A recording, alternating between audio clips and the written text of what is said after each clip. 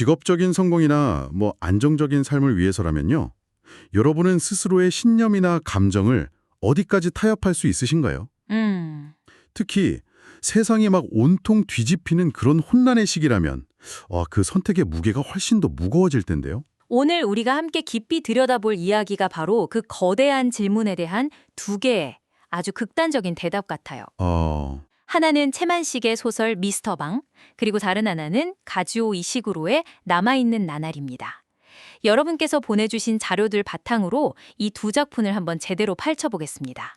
네, 그러니까 해방 직후 혼돈의 서울, 그리고 2차 세계대전의 그림자가 짙게 깔린 영국의 대저택. 네, 와, 시공간만 보면 전혀 접점이 없을 것 같은데 이 두 소설을 나란히 놓고 보니까 정말 소름이 돋을 정도로 닮은 구석이 많더라고요. 맞아요. 한 남자는 시대의 변화에 재빨리 올라타서 새로운 권력에 기생하고 다른 한 남자는 저물어가는 구시대의 가치를 지키려고 평생을 바치고요. 그렇죠.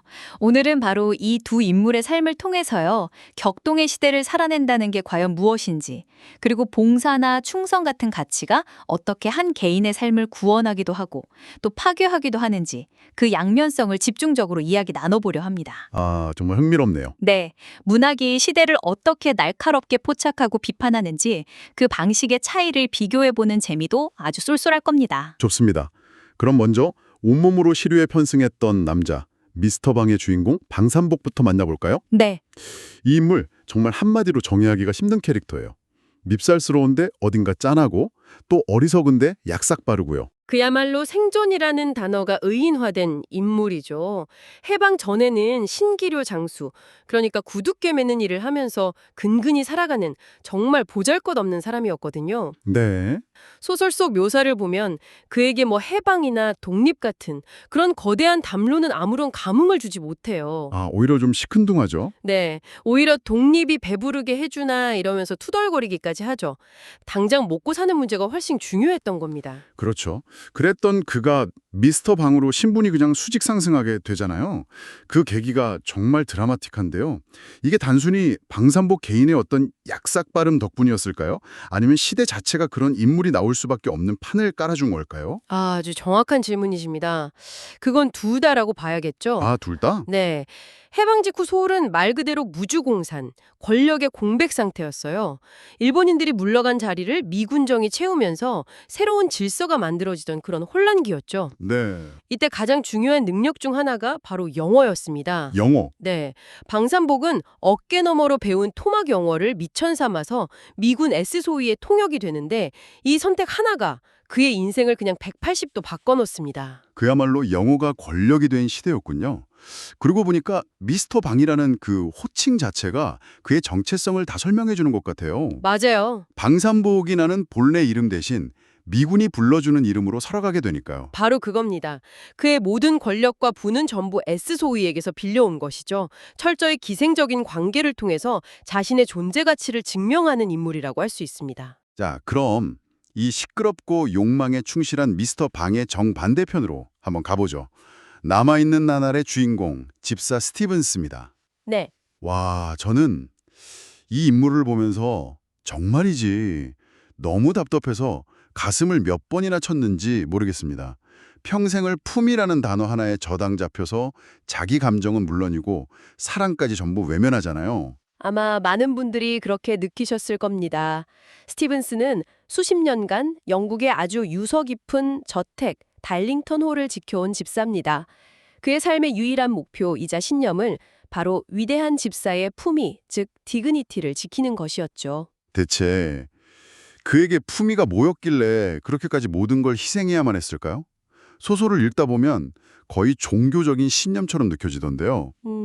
스티븐스가 생각하는 품위란 어떤 상황에서도 개인적인 감정을 드러내지 않고 주인에게 완벽한 서비스를 제공하는 것, 그 직업적 사명감 그 자체였습니다. 아, 심지어 이런 상상까지 하죠. 만찬 중에 갑자기 호랑이가 뛰어들어와도 태연하게 총으로 처리하고 손님, 저녁 식사는 8시 30분에 준비됩니다. 이렇게 말할 수 있는 것, 이게 최고의 품이라고요. 와, 그건 좀... 이건 단순한 직업의식을 넘어서서 세상을 움직이는 중요한 일에 내가 기여하고 있다는 어떤 자기 확신과 연결되어 있는 겁니다. 그가 살았던 시대적 배경과도 깊은 관련이 있겠군요. 물론입니다. 1920년대에서 30년대 영국은 대영 제국의 영광이 저물고 귀족 사회가 몰락하던 아주 거대한 전환기였거든요. 네. 스티븐스는 이런 변화의 흐름을 거부해요.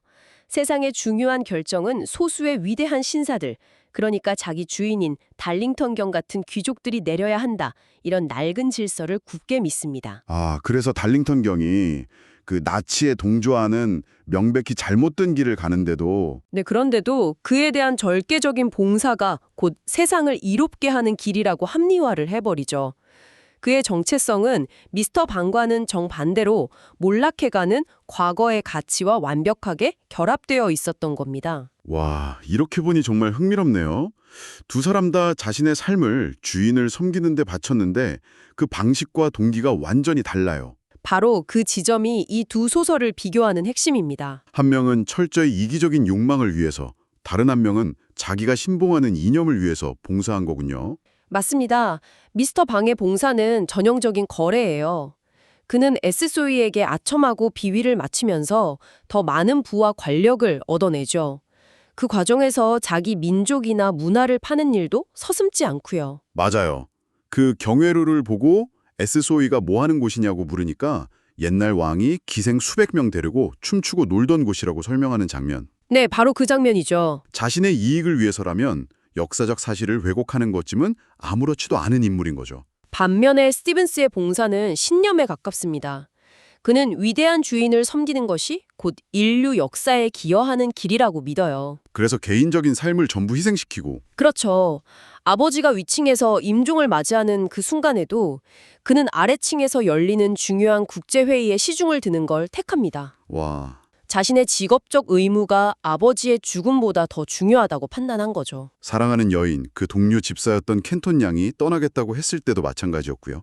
사실상 그녀의 고백이었는데도 끝까지 외면하잖아요. 맞습니다. 그 장면은 정말 스티븐스라는 인물의 비극이 압축된 신간 같았어요. 네. 그는 직업적 가면 뒤에 자기 자신을 완벽하게 숨겨버립니다. 여기서 우리가 주목해야 할 건 그들이 모셨던 주인들의 상징성이에요. 주인의 상징성이요? 네, 미스터 방의 주인인 에스소이는 해방 공간에서 미군이 가졌던 그 절대적이고 즉흥적인 권력을 상징하죠. 반면 달링턴 경은 선량한 의도를 가졌지만 시대의 흐름을 전혀 잃지 못하고 나치에 이용당하는 몰락하는 영국 구시대 귀족의 한계 그 자체를 보여주는 인물입니다. 결국 두 주인공 모두 시대를 잘못 읽은 주인을 맹목적으로 따르다가 파국을 맞이하게 된 셈이네요. 그렇습니다. 그런데 작가들이 이 두 인물의 비극을 그려내는 방식은 정말 180도 달라서 더 흥미로웠습니다. 한쪽은 되게 시끄러운 코미디 같고 다른 한쪽은 숨막히는 독백 같았어요. 바로 그 지점이 두 작품의 문학적 성취를 가르는 아주 중요한 포인트입니다. 채만식 작가는 풍자와 희화화라는 아주 강력한 무기를 사용해요. 풍자와 희화화. 네, 인물들의 외모나 행동을 일부러 우스꽝스럽게 묘사하죠. 예를 들어 방산복의 삐뚤어진 코나 그에게 아참하러 온 백주사의 쥐 같은 얼굴 묘사 같은 것들이요. 아, 맞아요. 독자가 인물에게 감정적으로 이입할 틈을 주지 않고 거리를 두고 비판적으로 바라보게 만드는 장치입니다. 특히 그 특유의 문체가 정말 인상적이었어요. 판소리 사설체라고 하죠. 네네. 마치 변사나 이야기꾼이 옆에서 자, 이놈 하는 꼴 좀 보쇼 하고 훈수를 두는 느낌이랄까요? 정확합니다. 그게 바로 채만식 작가가 노린 거죠. 서술자가 직접 이야기에 개입해서 그래 쌓는 것이었다 라면서 인물을 조롱하거나 상황을 평가해버립니다. 아, 복제들이 방산복에게 강정적으로 빠져들지 못하게 계속 찬물을 끼얹는 거예요. 얘는 그냥 웃음거리일 뿐이야. 이 인물이 상징하는 시대의 모순을 비판적으로 봐 하고 계속 신호를 주는 거죠. 네. 이걸 문학적으로 골개미, 즉 웃음 속에 날카로운 비판을 담는 아름다움이라고 부릅니다. 그래서 우리는 미스터 방을 보면서 웃지만 그 웃음 끝에는 해방 직후 우리 사회의 부조리에 대한 씁쓸함이 남게 되는 거죠. 아, 웃음으로 현실을 찌르는 거군요. 반면 가지오의식으로는 정반대의 전력을 쓰죠. 독자를 주인공의 내면 깊숙한 곳으로 끌어들여서 거의 질식할 지경으로 만드니까요. 맞습니다. 남아있는 나날은 신뢰할 수 없는 화자라는 아주 정교한 장치를 사용합니다. 신뢰할 수 없는 화자. 네. 소설 전체가 스티븐스의 1인칭 시점, 그의 회고로 이루어지는데 문제는 이 화자가 계속해서 자기 자신을 속이고 있다는 점입니다. 맞아요. 읽는 내내 그게 느껴지죠. 그는 자기 삶이 아주 위대하고 의미 있었다고 끊임없이 주장하지만 독자들은 그의 말과 행동 사이의 균열을 계속 발견하게 되잖아요. 바로 그거죠. 켄턴 양을 만나러 가는 여행의 목적도 옛 동료를 만나서 업무에 대해 논의하기 위함이다. 계속 이렇게 둘러대지만 우리는 다 알죠. 사실 그녀를 보고 싶어 한다는 걸. 바로 그겁니다.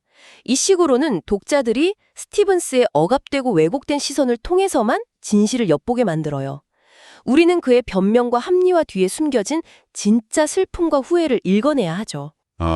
그래서 우리는 그의 어리석음을 비판하면서도 동시에 평생을 자기 기만 속에서 살아온 한 인간의 고독과 비극에 깊이 공감하게 되는 겁니다. 와, 채만식이 독자를 멀리 밀어낸다면 이 식으로는 독자를 너무나 가깝게 끌어당겨서 그 인물의 비극을 함께 체험하게 만드는 거죠. 그리고 이 두 인물의 파국, 즉 몰락의 순간도 그들의 삶만큼이나 극명하게 대비됩니다.